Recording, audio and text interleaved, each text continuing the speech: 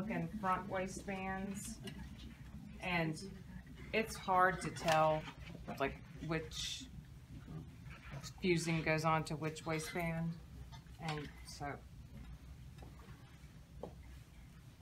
one goes on one and one goes on the other. I know there's the back pants each have a single dart. Those fronts, let me get all of that just popped over there. So there's 3 punch holes. I've marked them with my pins. Pocket placement, welt pocket placement, and then this one is for your dart. So remember that your dart, there's my punch hole.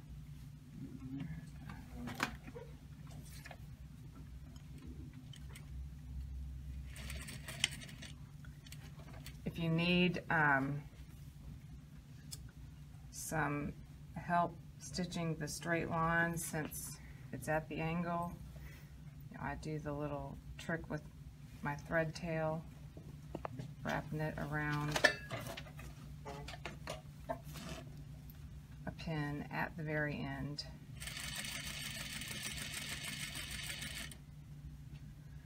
And don't forget that when you get to the end of your dart, there are some options for how we secure the thread ends, one of which is not back stitching directly over our stitches. You can either tie a secure knot by hand, you can stitch to the vanishing point of the dart and then lift everything, jump back into the fold of the dart to do a back stitch off the other stitches, or you can shorten to like a 1 length when you get to about where I am, which is ½ of an inch or so away. There we go. And then just stitch off. Make sure if you're going to do this shorter one that you take a few stitches sort of in the air.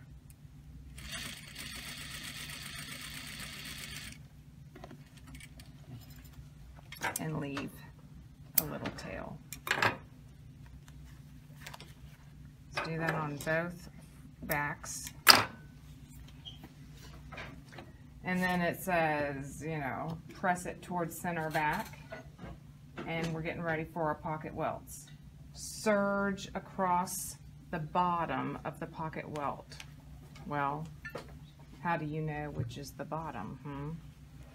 Furthest from the notches. Your pocket welts have some notches right up here. So the bottom part furthest from the notches. And then we're going to align it. So let me press my dart so I can stitch this welt on. If you're not sure which way the center is yet on these pants, it is the big curve. This is your center seam. It's got a double notch. Barely see my marks with the pins, and I'm aligning this guy across those two. Now it should be ½ of an inch longer than the distance between my 2 marks. That's like my seam allowance, kind of for the side parts. Different pocket experiences.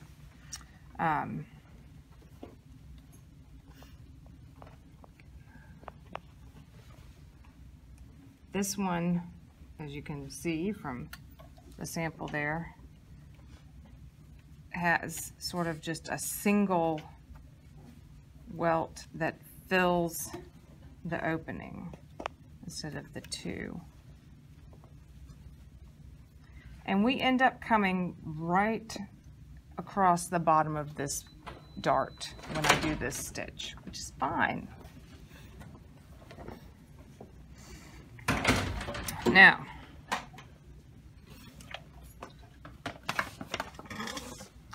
do not stitch into the ½ inch seam allowance on the sides of the pocket welt. go back to regular stitch length if you're like me. And there we go. Do back stitch.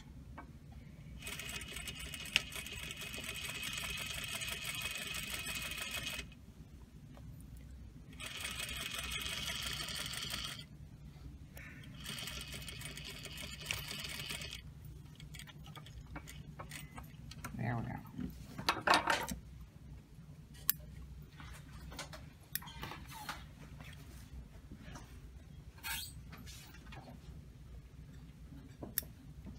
Sides together. They're symmetrical, so you know there's not sort of a right or a left back pocket, just as long as you've got two.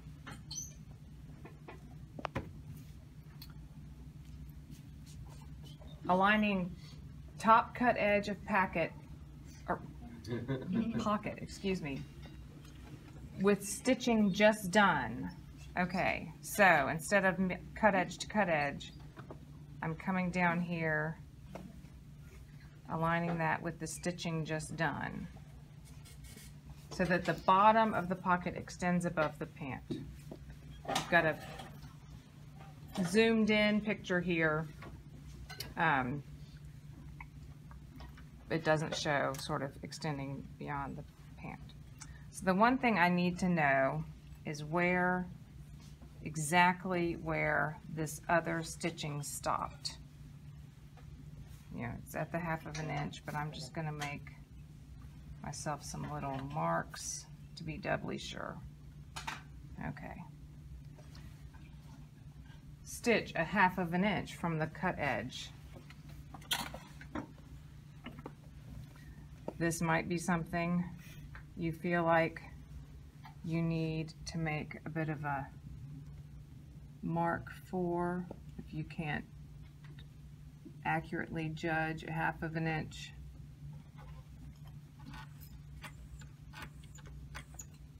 From this, you know, since we're not having seam guide assistance here. Over there. And then it's just another stitch like before. But this is the point where we want these rows of stitching to be exactly the same length to make a nice welt opening. Make sure that that dart intake is staying pressed towards the center.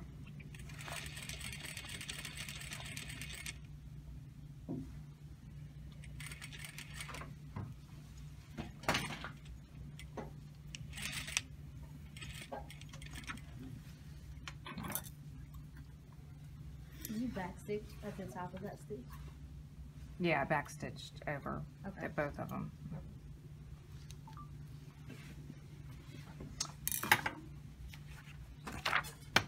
Slash. See? We're so quick into making these things. I have a picture of the slash line here for you. And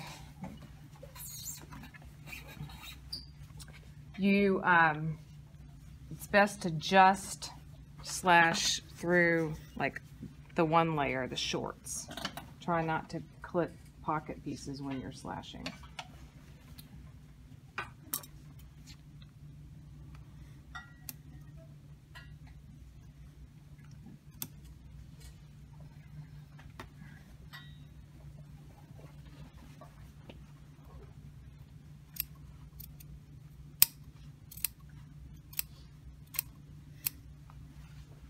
Remember, we don't slash straight as long as our stitching lines are, because we have to make those Ys, those triangles.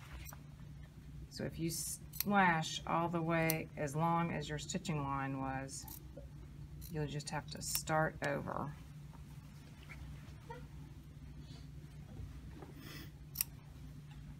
Which is one of the reasons we do this first, so that if we do mess this up, we haven't gone very far, we haven't put our zipper in and all those kind of things, we can just start over.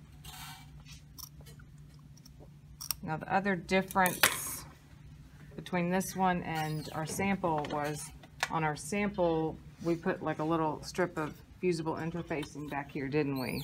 Or at least we were supposed to. And so that could be something, you know, if you have a lighter weight fabric especially, you know, if you feel like putting a little strip of interfacing there, you could do that. Just ask me.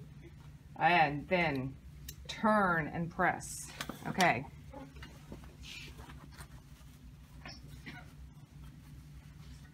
Push it all through there. Yay. Yeah.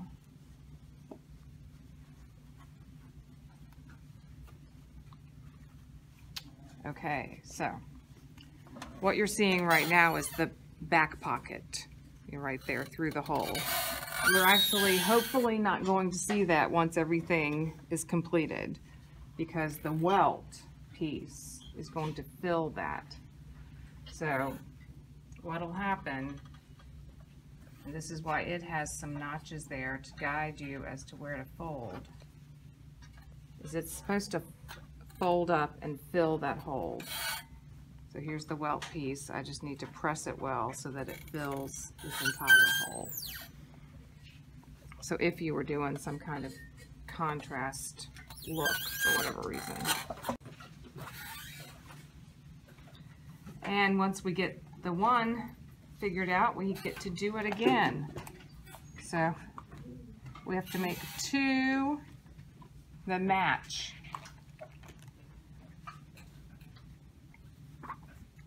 So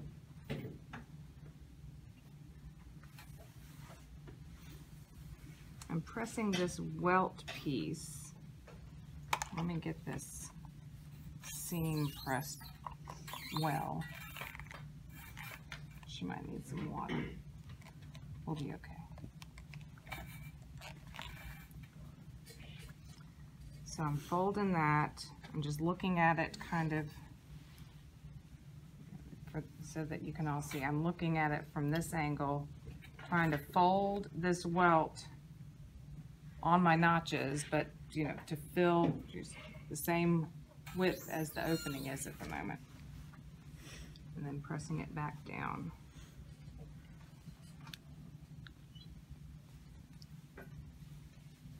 The reason this bottom edge is serged is if you look inside that pocket on the completed sample, you know, that serged edge is exposed within the inside of the pocket.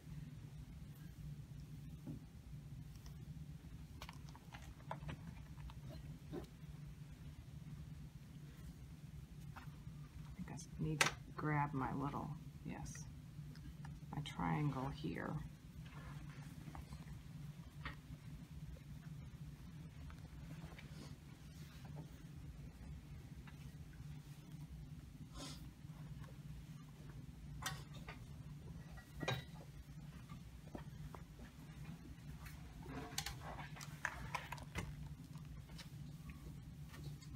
I want to make sure that I don't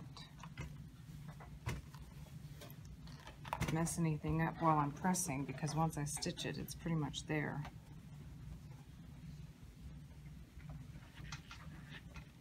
I feel like I can clip just a tad better. See how you see how I've got like a little bit of a pucker? Lindsay and Jack can see at least, and Ashley. She's not a pucker, people. Yeah, so I think I can clip a little closer right there to the stitches. I just have to focus.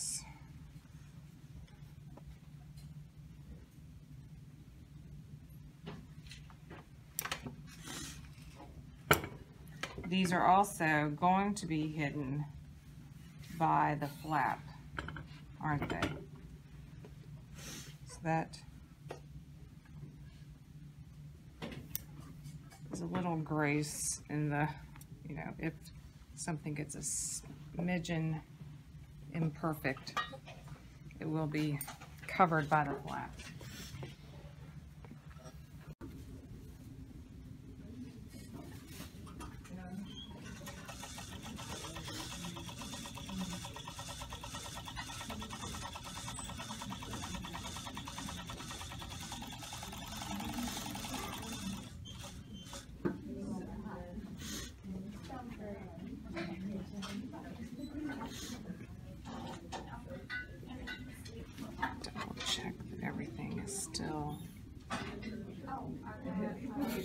just the way I want it to be.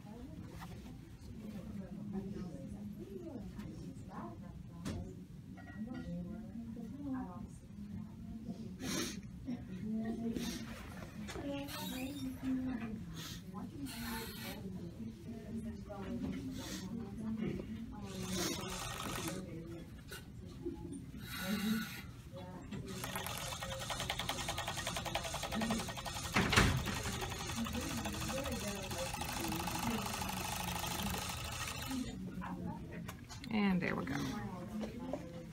12 rows of stitching, beginning and ending at bottom of welt. Where's my? Want to know where to turn and all that to follow this shape. Do you just stitch from the back side? Do you make some pin marks? That's, you know, it's up to you. Just as long as it all hits the marks the way we want them to. So we're going to start and stop right at the bottom of the welt. Or yes. So here's, I can feel my edge, and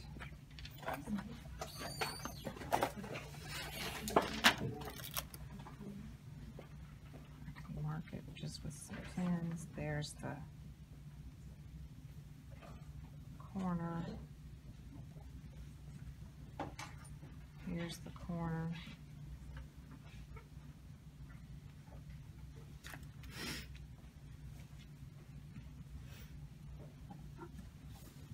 Does it really matter with the seam allowance with that? Well, you're going to be stitching inside it. So it'll be about a 1/2 inch seam allowance. Yeah. You want to start and stop here at the bottom of the welt. And then go a 1/4 inch to the side of it. There I am. Right at the bottom of the welt. The other thing we're going to do is we can put some bar tacks across the welt pocket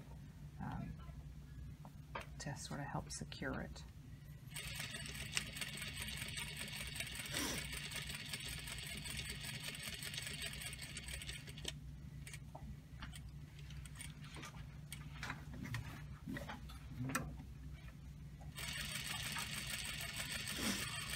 Again, you know, getting the one pocket, no big shakes. Once you get the second pocket, let's hope they match, huh? So double check it, you know, sort of compare them.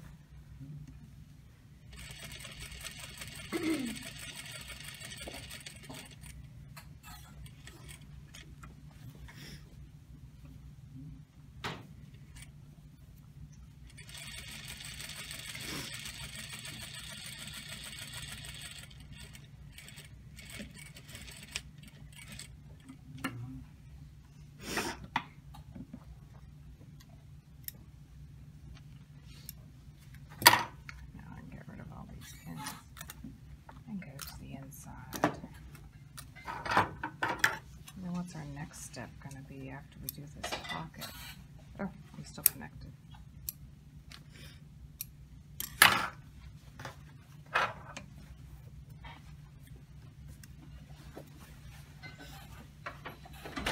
So there's going to be some back and forth with the serger because there are times when, you know, sort of like with the skirt, when things are stitched first then serged, and there are times where things are serged first then stitched.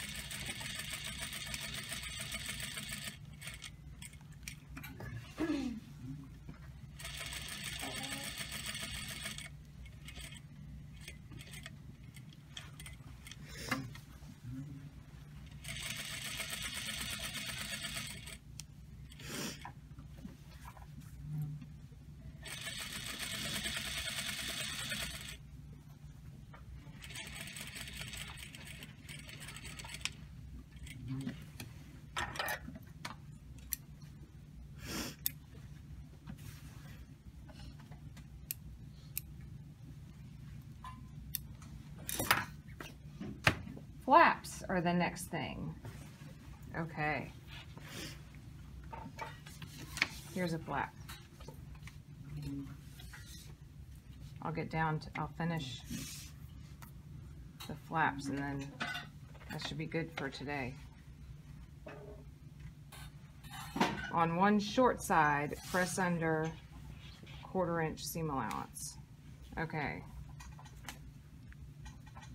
This is how your flap's going to be oriented on the pocket. So the short side being this, you know, what will be the a short side, especially once it's all folded. So you'll be pressing along a half and half edge, you know. Half of what you press will be interfaced and half won't. Press under 1/4 inch. And then we're going to close up.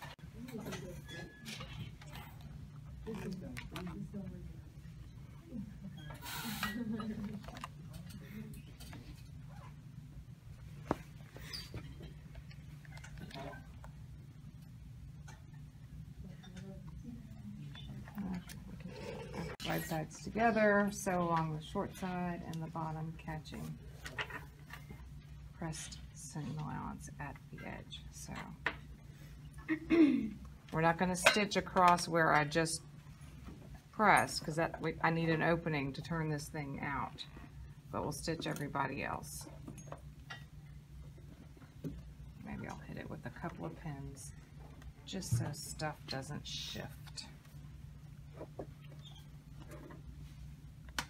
Just like our pockets, we have 2 welts, so we want to make sure they end up the same.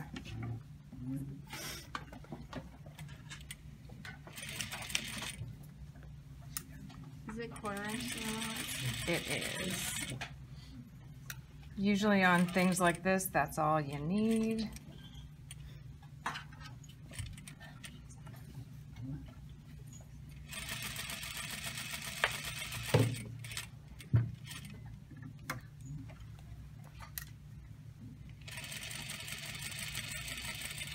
So if you've clipped your notches too generously, you might have to go back and recut some flaps because there's some notches right there at the center showing you where it folds. Okay. Turn and press. So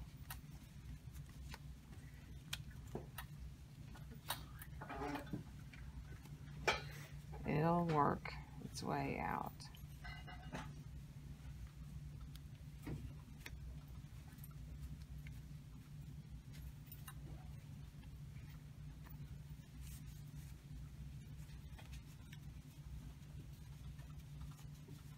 This is a good time to employ some kind of point turner or these, you know, wooden pressing aids that we have here.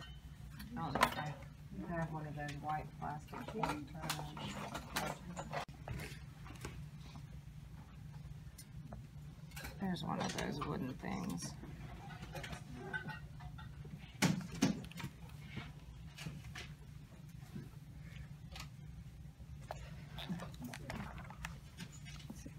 the 2 parallel rows like I just did around my back pocket, closing this edge with the top stitching. So 1 row needs to be right at the edge of everything, and then the other one's going to be 1/4 of an inch in. The way it's acting, I'm actually thinking this is going to be the top. So as you press it, and you're sort of picking a top side and a bottom side, what we don't want is for whatever side is the top, for like the seam to be showing. Ideally the seam's right at that edge, that it's been pressed well, to really make sure that nothing's kind of poked back down in there. But that may determine a little bit for you which you call the right side and the wrong side. I'm sort of half and half here. Okay.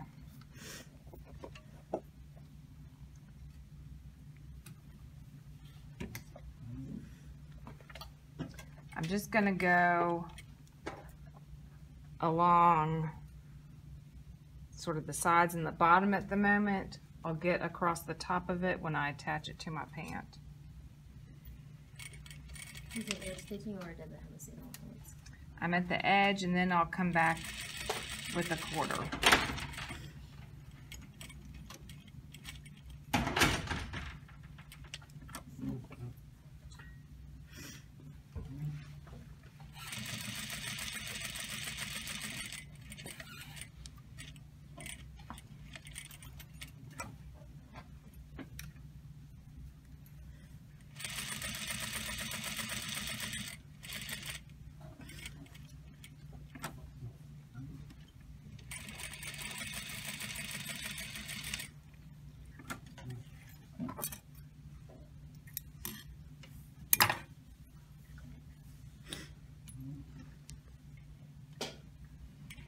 And we're going to do this, of course, twice because we have 2 flaps.